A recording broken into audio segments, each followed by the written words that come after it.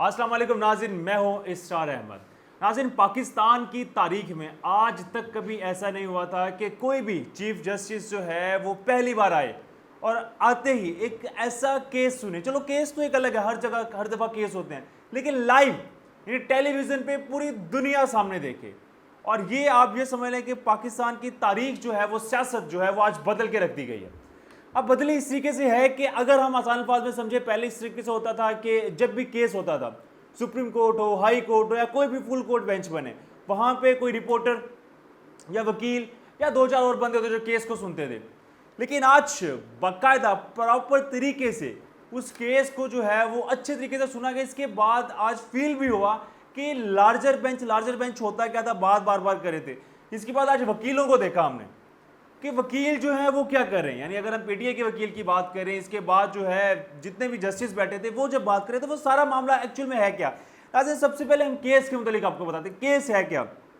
Case ये है supreme court practice and procedure act. अब ये केस जो है ये आज से जब चीफ जस्टिस जो उमर अता बंदयाल थे उनकी जेरे निगरानी में ये जो है केस सुना गया। केस क्या था? केस ये था कि पार्लियामेंट में एक बिल पास हुआ था जब पीडीएम की हुकूमत थी, शहबाज शरीफ की हुकूमत, उन्होंने बिल पास ये किया था कि जो चीफ जस्टिस है, चीफ जस्टिस क्या करता है, चीफ जस्टिस के पास अकेले को इख्तियार होता है कि वो लार्जर बेंच बनाएगा या नहीं बनाएगा। इसके बाद चीफ जस्टिस के पास ये इख्तियार होता है कि चीफ जस्टिस जो है अगर किसी भी केस में 100 मोटिव लेना चाहता है तो वो भी इजीली ले सकता है। लेकिन पीडीएम ने और शहबाज शरीफ की हुकूमत ने यह फैसला किया कि हम पार्लियामेंट में एक बिल पास करते हैं और बिल ये पास होगा कि कोई भी जज यानी चीफ जस्टिस कोई भी होगा वो वन मैन पावर नहीं होगा। ऐसा नहीं होगा कि सारा इख्तियार उसके पास होगा, हम उसकी पावर को जो है वो कम करना चाहते हैं। लेकिन पाकिस्तान के आइन और कानून में ये बात बाकायदा बताई जाती है कि जब तक आपके 2/3 मेजोरिटी नहीं पास होती, मतलब जब तक आपके असेंबली के अंदर 2/3 मेजोरिटी नहीं होती, आप आइन में तरमीम तो कर सकते लेकिन आइन को चेंज नहीं कर सकते, यानी सारे का सारा आइन को बदल के रख नहीं सकते। तो आज एक्चुअल में यही मामला था। मामला दरअसल ये था कि बहुत जस्टिस जो है वो ये चाहते थे कि ये बिल्कुल अच्छा फैसला है, लेकिन अगर इसके अपोजिट देखा जाए तो मामला डिफरेंट था। अब यहाँ पे नाज़रीन कुछ जो अहम इंपॉर्टेंट नुकात हैं वो मैं आपके सामने शेयर करता हूँ। पहला नुकात जो है मुझे आज मैं माजरत के साथ ये बात करने वाला हूँ कि पाकिस्तान के आइन में 2015 में आर्टिकल 259 के तहत ये आइन पास हुआ था कि पाकिस्तान के तो स्पेशली अदालत में लैंग्वेज का इस्तेमाल जो है उर्दू में किया जाएगा। और इसके बाद जो है जो भी कोई जो है अदालत का फैसला आएगा, अदालती कार्रवाई आएगी, वो इंग्लिश में नहीं लिखा जाएगा, वो उर्दू में लिखा जाएगा। तो हम इस पे बात करते हैं तो बड़े हैरान होते हैं कि कानून जो है बनाने वाले अदालती मनसिफ अदालती निज़ाम जो है जिसमें ये जो है आप ये समझ लें कि आज हमने कार्रवाई देखी, ज़्यादा जो जस्टिस थे वो इंग्लिश में बात कर रहे थे। इसके बाद जब फैसला आता है वो भी इंग्लिश में आता है। हालांकि कि पाकिस्तान के अंदर जो है आर्टिकल 251 के तहत आइन पास हुआ था 2015 में कि पाकिस्तान में जो है उर्दू लैंग्वेज को प्रमोट किया जाएगा। ये एक अलग बात है। इसके बाद नाज़रीन हम यहाँ पे बात करते हैं, चीफ जस्टिस काजी फ़ाइज़ ईसा ने आज सीनियर जज से मशवरा किया और पहले ही दिन एक ऐसा केस किया। और ये केस जो था ये स्पेशली था कि supreme court practice and procedure act के तहत कि इस केस को जो है वो पहले जस्टिस उमर अता बंदयाल सुन रहे थे। अब यहाँ पे फैसला ये था कि क्या ये जज जो हैं वो सीनियर जज फैसला करेंगे या क्या लार्जर बेंच तश्कील दिया जाएगा या क्या फुल कोर्ट जो है बेंच तश्कील दिया जाएगा। तो बहुत लोगों से मशवरा करने के बाद पता चला कि चीफ जस्टिस काजी फ़ाइज़ ईसा साहब ने फैसला किया कि फुल कोर्ट बेंच तश्कील दिया जाएगा। लेकिन इस फुल कोर्ट बेंच में 15 जज, इसके बाद 2 वकील, एक अटॉर्नी जनरल। यहाँ पे फैसला ये होता है कि तकरीबन 9 समात यानी केस की समात जो है वो 9 बार जो है अपील दायर होती है, एप्लीकेशन दायर होती है। बट यहाँ पे मसला एक बात का आ रहा था, मसला एक बात का ये आ रहा था कि जो वकील हैं, वकील जो है वो इतने परेशान कुन मैंने देखे हैं कि वो कैसे देखे हैं।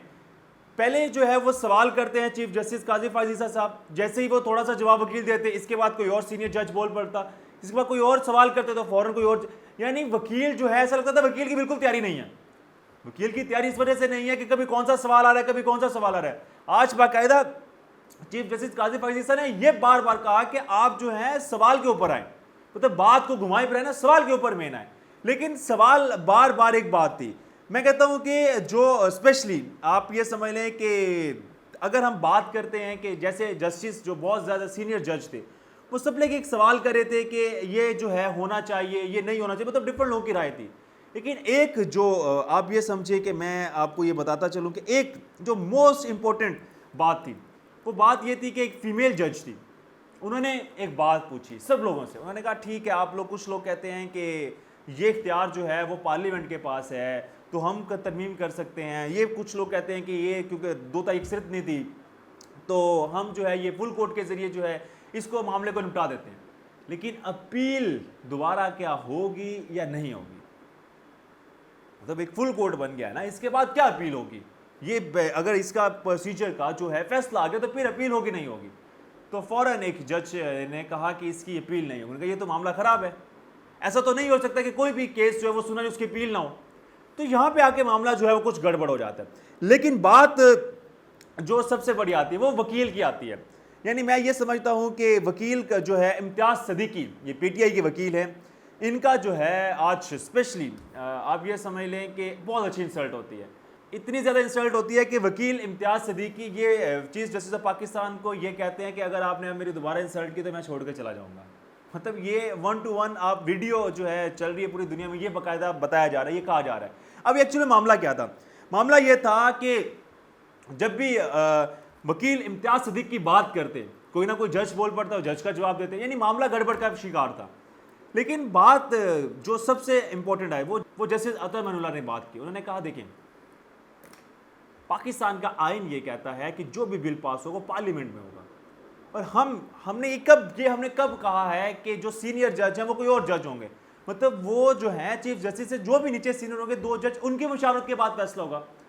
ऐसा तो होगा हरगिज नहीं कि अकेला 1 मैन पावर, इसमें तो कोई मसला नहीं है। हत्ता कि चीफ जस्टिस, मैं कहता हूं कि बड़ी खुशाइन बात है कि चीफ जस्टिस काजी फायजीसा साहब खुद कह रहे हैं कि मैं 1 मैन पावर नहीं बना चाहता। मतलब ऐसा होता है कि वरना केस ही ना लड़ते। बार बार अपनी वीडियो पैगाम में यही बात कर रहे थे जब डिबेट चल रही थी कि मेरे पास इख्तियार था, मैं इस केस को सुनता ही ना 10 साल तक, जब तक हुकूमत नहीं थी, हर जज ऐसे करता। लेकिन मैं ऐसा कतई नहीं चाहता, मैं चाहता हूं इसका फैसला हो। मैं चाहता हूं कि इसका जो एक्चुअल में क्या रिजल्ट है। नाज़रीन, आज ये सारी की सारी जो है वो हायरिंग जो है हुई, इसके बाद अभी फैसला भी आ जाएगा या आ जाता है, कुछ दिनों के बाद आता है, लेकिन अभी भी समाज जो है चल रही है। इसके बाद नाज़रीन, हम यहाँ पे आज तो ये वकील वाली सारी अदालत की कार्रवाई हुई, आज हम बात करते हैं पेट्रोल की। पेट्रोल इस वक्त पाकिस्तान में जो है वो आसमान पे पेट्रोल जो है वो गया हुआ है। इतनी ज़्यादा, मैं कहता हूँ कि लाइफ में आज तक कभी ऐसा नहीं हो कि पेट्रोल की जो कीमत इतनी बड़ी हो। लेकिन सवाल अगर साइंटिफिक पॉइंट ऑफ व्यू से देखा जाए, सवाल ये आता है कि इतना पेट्रोल अचानक महंगा क्यों हुआ? एक लॉजिक तो हम ये दे सकते हैं ना कि फॉरेन कंट्री में या बैरल से या सऊदी अरब से तेल महंगा हो, इस वजह से पूरी दुनिया में महंगा हो तो पाकिस्तान में महंगा हो गया। नाज़रीन, ये लॉजिक बिल्कुल नहीं है। ये लॉजिक एक्चुअल में ये है कि तहरीक इंसाफ के चेयरमैन जो है इमरान खान, उन्होंने IMF से एक मुआहदा किया था, और वो मुआहदा ये था कि एक लीवी टैक्स होता है बाकायदा। वो लीवी टैक्स जो है वो हर हुकूमत को जो है, अगर IMF से आप डील करते हो तो देना पड़ता है, या किसी जद में, पेट्रोल में, ऑयल में, बिजली में, ये प्रॉपर टैक्स होता है। अब खान साहब की हुकूमत चली जाती है, खान साहब जो है वो 10 रुपये पेट्रोल और सस्ता करके चले जाते हैं, और माशियत आप लोगों के सबके सामने थी। इसके बाद PDM हुकूमत आती है, वो बढ़ाती गई, लेकिन कोई मामला नहीं हुआ। इसके बाद जब PDM हुकूमत जा रही थी, उसके बाद ये बताया गया कि आप लीवी टैक्स जो है वो IMF को कब दे रहे हैं, मतलब जो कॉन्ट्रैक्ट साइन हुआ था उसमें था। तो शहबाज शरीफ हुकूमत ने बड़ा एक अच्छा और आसान फैसला किया। वो फैसला ये किया कि लीवी टैक्स को जो है वो अपने सर पे डालने की बजाय निगरान हुकूमत पे छोड़ के चलेगी बात। अब डेफिनेटली बात है, जब आपने एक मुआहदा किया हुआ था 1.5-2 साल पहले, उसका मुआहदे का रिएक्ट तो आना था। अब निगरान हुकूमत ऐसी हुकूमत है, ना ही तो इन्होंने जो है दोबारा कोई सीटें संभालनी है, या तो कोई हुकूमत करनी, निगरान का मतलब इलेक्शन करवाना। इनके पास इतना इख्तियार था कि जो पेट्रोल की लीवी टैक्स जो था, इन्होंने आके क्या किया, एक दिन जो है स्टार्ट में 25-30 रुपये बढ़ाया, फिर 25-30 रुपये बढ़ाया, ताकि वो जो 60 रुपये वाला था वो मामला ताकि रफा दफा हो जाए। अब इसके बाद जो है वो कोई टैक्स जो IMF को नहीं देना पड़ेगा। अब पेट्रोल जब महंगा होगा तभी महंगा होगा, अदरवाइज अब पेट्रोल महंगा नहीं होगा। नाज़रीन, एक्चुअल में पेट्रोल की जो कीमत और प्राइसेस का मामला था वो ये था, क्योंकि अगर हम ये तो कह सकते हैं कि पेट्रोल महंगा, लेकिन एक्चुअली इसके फैक्ट्स क्या है, वो फैक्ट्स नाज़रीन आज आप लोगों के सामने रखे। ऊपर नाज़रीन, आज ही आपको हमारी इन्फॉर्मेशन और व्लॉग पसंद आया होगा। अगर आपको हमारी इन्फॉर्मेशन और व्लॉग पसंद आया हो तो कमेंट सेक्शन में जाएं, कमेंट का इज़हार करें। Thank you so much. अल्लाह हाफिज़।